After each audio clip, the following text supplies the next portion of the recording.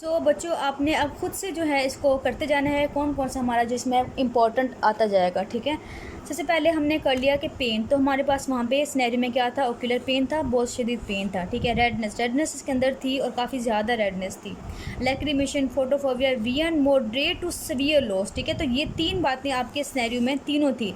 आप जब भी बुक पे जब करते हैं कोई भी इसका क्लिनिकल सिम्टम्स करते हैं, आपने सिर्फ उन्हीं पे ज़्यादा फोकस करनी होती है जो कि आपके सिनेरियो में आ रही होती है। साथ आपने उसमें मेंशन करना होता है कि ये डायग्नोस्टिक पॉइंट है, क्योंकि बाकी भी लिखे होते हैं।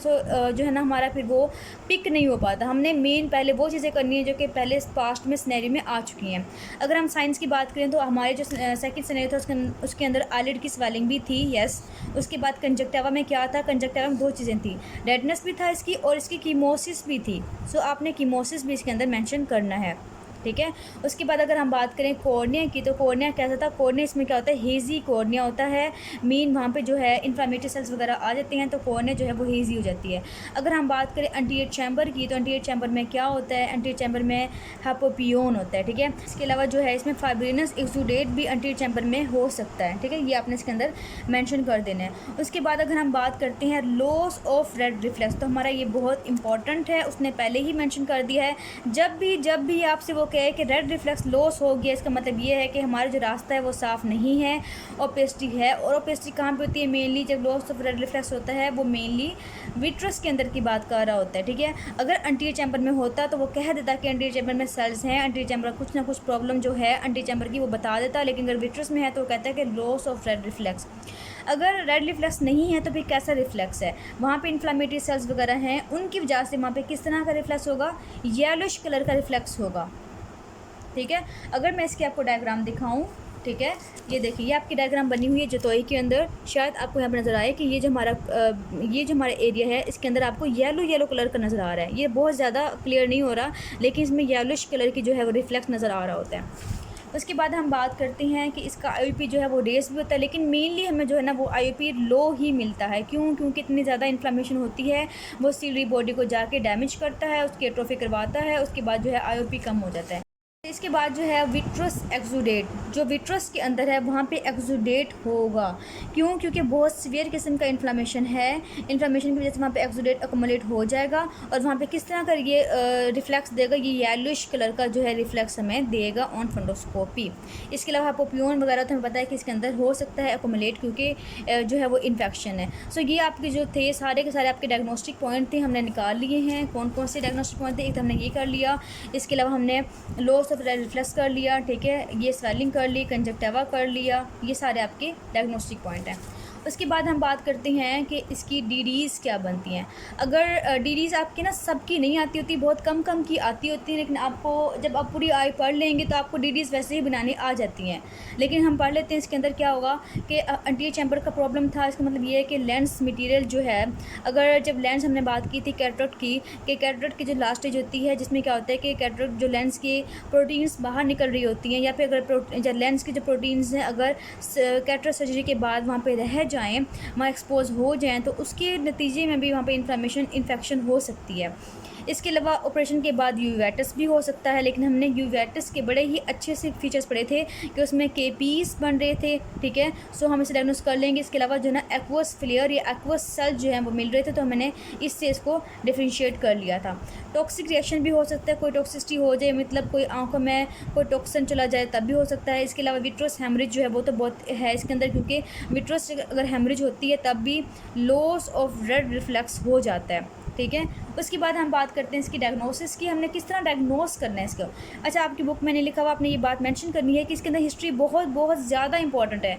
अगर पेशेंट आपके पास आया है और आपने ऑपरेट नहीं किया, किसी और से ऑपरेट करवा के आया, वो कहेगा कि आपसे कहेगा कि मुझे बहुत दर्द है, मे बी वो आपको ना बताया कि मेरी सर्जरी हुई है, तो आपने उससे लाजम पूछना है कि आपकी सर्जरी तो नहीं हुई। ठीक है, अगर उसकी सर्जरी हुई है तो ये बहुत इंपॉर्टेंट है इसको जानने के लिए कि इसमें जो है एंडोथेल्माइटिस हो गया है। क्लिनिकल फीचर्स बड़े टिपिकल से हैं, तो हम इसकी बेस पे भी कर सकते हैं। इसके अलावा फंडोस्कोपी हम करेंगे तो इसमें लॉस ऑफ रेड रिफ्लेक्स मिलेगा, हमें येलो रिफ्लेक्स मिलेगा इसके अंदर। इसके अलावा हम इन्वेस्टिगेशन के अंदर क्या करते हैं, मेन जो इन्वेस्टिगेशन हमारी होती है वो यही होती है कि हमने इसके अंदर जो है कल्चर करवा लेते हैं। कल्चर के लिए हम मीडिया कहाँ से लेते हैं, जो हमने सेकंड सिनेरियो पढ़ा था उससे हमने कहा था कि हमने एंटीरियर चैम्बर से लिया था। अगर हम एंटीरियर चैम्बर से लेंगे तो एक्वस ह्यूमर लेंगे। एक्वस ह्यूमर लेंगे तो कहाँ से लेंगे, लिम्बस के थ्रू इंजेक्शन डालेंगे। और लिम्बस जो ये हमारा एरिया था, ये कॉर्निया था, ठीक है, कॉर्निया के बिल्कुल यहाँ पे लिम्बस था, तो लिम्बस हमने इंसियन देना है और हमने एक्वस ड्रेन कर लेना है। अगर विट्रस की बात करें तो विट्रस को अप्रोच कहाँ से करते हैं, हम पार्स प्लाना से करते हैं, जो कि यहाँ से तकरीबन 4 to 5 सेंटीमीटर की डिस्टेंस पे यहाँ पे होता है, ठीक है। तो हमने पार्स प्लाना से विट्रस निकाल लेना है, वहाँ से हम कल्चर करवा लेंगे। इसके अलावा कंजक्टिवा का स्वैब भी ले सकते हैं। मे बी ऐसा हो कि इन्फेक्शन जो है उस पीरियड भी हो सकता है, क्योंकि काफ़ी दफ़ा ऐसा भी होता है कि जो इन्फेक्शन है हमारे आई के ऊपर जो होते हैं वही अंदर की तरफ मूव कर जाते हैं। तो ये हो गया। उसके बाद कॉम्प्लिकेशंस आपको पता है कि हमारी यूक्यू है, अभी हमने स्नैरी में देखा था, कॉम्प्लिकेशंस इंपॉर्टेंट हैं इसकी। क्या डेवलप कर सकते हैं। एंडोथेल्माइटिस के बाद जो कॉम्प्लिकेशन होती है वो होती है पैनऑफ्थेल्माइटिस। नेक्स्ट टॉपिक हमने यही पढ़ना है। पैनऑफ्थेल्माइटिस में क्या होता है कि पूरी की पूरी आई बॉल जो है वो इन्वॉल्व हो जाती है इसके अंदर। इसके अलावा ऑर्बिटल सेलुलाइटिस हमने पढ़ा था, वो भी इसके अंदर हो सकता है, ठीक है। इसमें क्या होता है कि लॉस ऑफ वीएन, उसके बाद क्या होता है कि लॉस ऑफ वीएन हो सकती है, ये भी कॉम्प्लिकेशन इसकी थ्रेटनिंग है, ये बहुत ज़्यादा वीएन को थ्रेट कर सकती है। इसके अलावा हमारी जो पीछे पेपलाइटिस है, मतलब जो ऑप्टिक डिस्क है, उसकी इन्फ्लेमेशन भी हो सकती है, उसका इन्फेक्शन भी हो सकता है। इसके अलावा मैंने आपको बताया था कि अगर आईओपी कम हो जाएगा, बहुत कम हो जाएगा इसके अंदर अगर, तो वहाँ पे क्या होगा कि जो आई है वो बहुत छोटी हो जाएगी, उसका आईओपी बहुत कम हो जाएगा, 10 से कम हो जाएगा। इसे हम कहते हैं फथाइसिस बल्बाई। सो ये इसकी कॉम्प्लिकेशंस हैं। नेक्स्ट आपका बहुत ही इम्पॉर्टेंट ट्रीटमेंट इसकी, क्योंकि आपके पास जब भी क्वेश्चन आएगा आप उन्होंने लाजमी इसकी ट्रीटमेंट पूछनी है, क्योंकि इसकी ट्रीटमेंट बहुत ज़्यादा इम्पॉर्टेंट है। और इसके अलावा इसके अंदर जो है आपके एमसीक्यूज़ भी बहुत आते होते हैं कि हमने इंजेक्शन कहाँ लगाना है, मेनली इसका ये क्वेश्चन आता होता है एमसीक्यूज़ में। सो अगर ट्रीटमेंट की बात करें तो 2 तरह की हैं, पता है कि मेडिकल होती है और सर्जिकल भी हो सकती है। और थर्ड हमने क्या करनी है, प्रिवेंशन का मतलब ये है कि जब हम कैटरेक्ट सर्जरी कर रहे हैं तब हमें ऐसा क्या करना चाहिए कि हम उसे प्रिवेंट कर लें कि उसको एंडोथेल्माइटिस हो ही ना, क्योंकि हर किसी को तो एंडोथेल्माइटिस नहीं होता, बहुत कम लोगों को होता है। सो हम उसको किस तरह प्रिवेंट करेंगे। हम पहले बात करते हैं मेडिकल ट्रीटमेंट की। मेडिकल ट्रीटमेंट पता है आपको कि अगर इन्फेक्शन हो गया है और इन्फेक्शन भी सीवियर किस्म के बैक्टीरिया से हुआ है, तो हमने ब्रॉड स्पेक्ट्रम जो है एंटीबायोटिक्स देने हैं इसके अंदर, ग्राम नेगेटिव के लिए भी और ग्राम पॉजिटिव के लिए भी।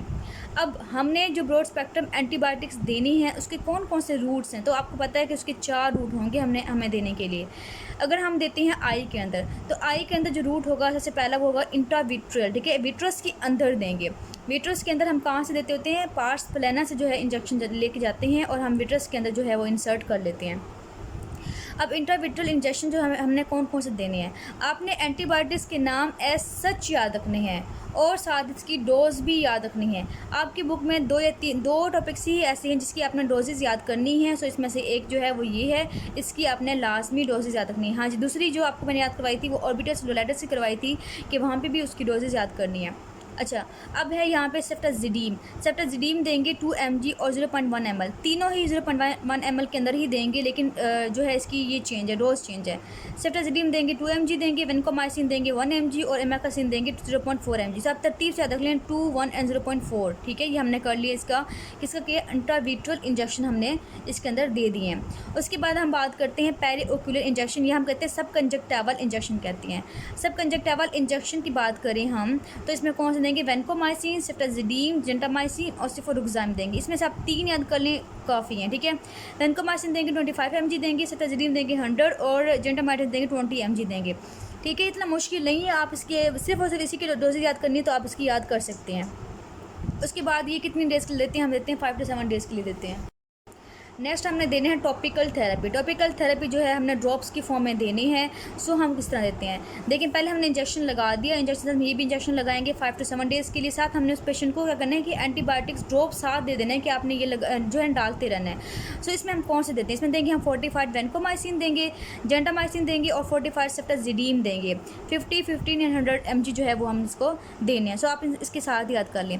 अगर आपको सपोज करें याद नहीं रहती तो आप जो है ना मस्ट जो याद करने आपने वो इंट्राविट्रल के लाजमी याद कर लें डोजेस, ठीक है। कोशिश करें कि तीनों याद कर लें, लेकिन अगर नहीं होते फिर आप इसकी कर लें।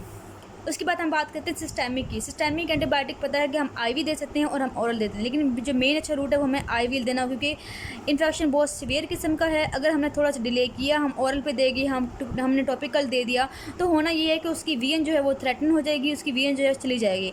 हमने इसलिए फ़ौरन इंटरविटल देते हैं, साथ हमने आईवी भी देने होते हैं। आईवी में जो हमने देंगे वो देंगे सिप्टाजिडीन देंगे और सेफोडोक्साइम देंगे। सेफोडोक्साइम और ये जो है ये 2 mg देंगे, 2 ग्राम देंगे, और ये हम देंगे 1 ग्राम देंगे, ठीक है, हर 72 आवर्स के बाद। उसके बाद हम देंगे ओरल, तो ओरल में हम देंगे सिप्रोफ्लोक्सासिन देंगे, ठीक है। अच्छा, इसके बाद है कॉर्टिकोस्टेरॉइड। कॉर्टिकोस्टेरॉइड जो मैंने आपको पहले करवाए थे एंटीरियर यूवेटाइटिस के अंदर, हमने डिटेल से किए थे, क्योंकि उसमें मेन ट्रीटमेंट हमारी थी ही कॉर्टिकोस्टेरॉइड, इसलिए हमने उसको फर्स्ट नंबर पे पहले रखा था एट्रोपिन के बाद। सो टॉपिकल, इसके अलावा पेरिओक्यूलर हो गया, सब कंजक्टिवल इंजेक्शन देते हैं, इसके अलावा सिस्टेमिक हो गया। सो आप डेक्सामेथासोन कोई भी इसके अंदर बेटामेथासोन कुछ भी आप इसके अंदर लिख सकते हैं। उसके बाद हम बात करते हैं एट्रोपिन एंड एनाल्जेसिक की बात करते हैं, तो हमने क्या करना है कि हमने आई को रेस्ट करवाना है, आई को पेन से बचाना है, क्योंकि पेशेंट को बहुत ज़्यादा पेन है। सो हमारा सेकंड ऑप्शन ये होगा कि हमने इसको साथ एट्रोपिन और एनाल्जेसिक्स भी देनी है, लेकिन हमारा जो यूवेटाइटिस के अंदर था वो पहले नंबर पे ही एट्रोपिन आ रहा था। उसके बाद अगर हम बात करें सर्जिकल की, कि हमने क्या करना है कि पास प्लाना विट्रेक्टमी करनी है, पास प्लाना के थ्रू जाना है और विट्रस को रिमूव करना है, जो पार्ट हेज़ी था, जहाँ पे इन्फ्लामेटरी सेल्स थे। अच्छा, अब हमारी बात आती है प्रिवेंशन की। अगर वो आपसे कहता है कि एक पेशेंट आया है सर्जरी के बाद, उसकी रेडनेस है, फलां है, तो हमने कौन सा इंजेक्शन देना है, तो हमने इंट्राविट्रल इंजेक्शन देना है। लेकिन अगर वो बात करती हैं कि हमने ऑपरेट करवाया है, सपोज़ करें हमने ऑपरेट करना है, सपोज़ करें, तो उससे पहले आपने किस तरह का इंजेक्शन देना है, कौन से हमने एंटीबायोटिक्स देनी है, तो आपने ये कहना है कि ऑपरेट करने से पहले हमने सबसे पहले क्या करना है कि जितने भी इन्फेक्शन होती हैं आइज़ की, अगर सपोज़ करें एक पेशेंट आपके पास आया है, उसको डेक्रोसिस्टाइटिस है, आप कभी भी ऑपरेट नहीं करेंगे जब तक उसका इन्फेक्शन ठीक ना हो। सो हमने ट्रीटमेंट पहले ही कर देनी है उसको। सपोज़ करें पेशेंट आपके पास आया है, आपने सर्जरी करनी है, तो आप उसको 1 हफ़्ता पहले ही एंटीबायोटिक पे लगा देंगे, ताकि उसकी जो डेक्रोसिस्टाइटिस है, कंजक्टिवाइटिस है, वो ठीक हो जाए। फिर on the day of operation या ऑपरेशन से बिल्कुल थोड़ी देर पहले आपने किस तरह उसको करना है, तो हमने उसको टॉपिकल एंटीबायोटिक्स देनी है, साथ हमने इरीगेट करना है पायोडीन आयोडीन से, ठीक है। पायोडीन से हम जो है ना इसको ठीक जो है ना वो इरीगेट करते होते हैं, ताकि जो है वो इन्फेक्शन आई का वो अंदर ना जाए। हमने पहले क्या किया, 5 से 7 दिन पहले हमने इसको दिए, उसके बाद ऑपरेशन के दिन हमने इसको हमने इरीगेट किया। लेकिन जैसे ही आपने ऑपरेट कर लिया, ऑपरेशन के फ़ौरन बाद आपने इंजेक्शन लगाना होता है, जो कि होता है सब कंजक्टिवल इंजेक्शन होता है। ये आपका बहुत इंपॉर्टेंट एमसीक्यूज़ भी है, और बहुत बच्चे कंफ्यूज भी होते हैं कि हमने जो है सर्जरी के फ़ौरन बाद कौन सा लगाना इंजेक्शन। सब कंजक्टिवल इंजेक्शन लगाना होता है, एंटीबायोटिक का और स्टीरॉयड का, और ये मस्ट होता है लगाना। इसके बाद जो है एंडोथेल्माइटिस डेवलप नहीं कर सकता। सो ये आपको कंप्लीट हो गया है। आपने इसको बहुत ही अच्छे से करना है, कंफ्यूज बिल्कुल नहीं करना किसी और चीज़ से। और ये भी पेनफुल रेड आई की जो है वो डीडीज़ में आएगा, क्योंकि जितने भी होती हैं पेनफुल रेड आई, आपने वो डीडी सारी करनी है, आपकी जोगी में लिखी हुई हैं।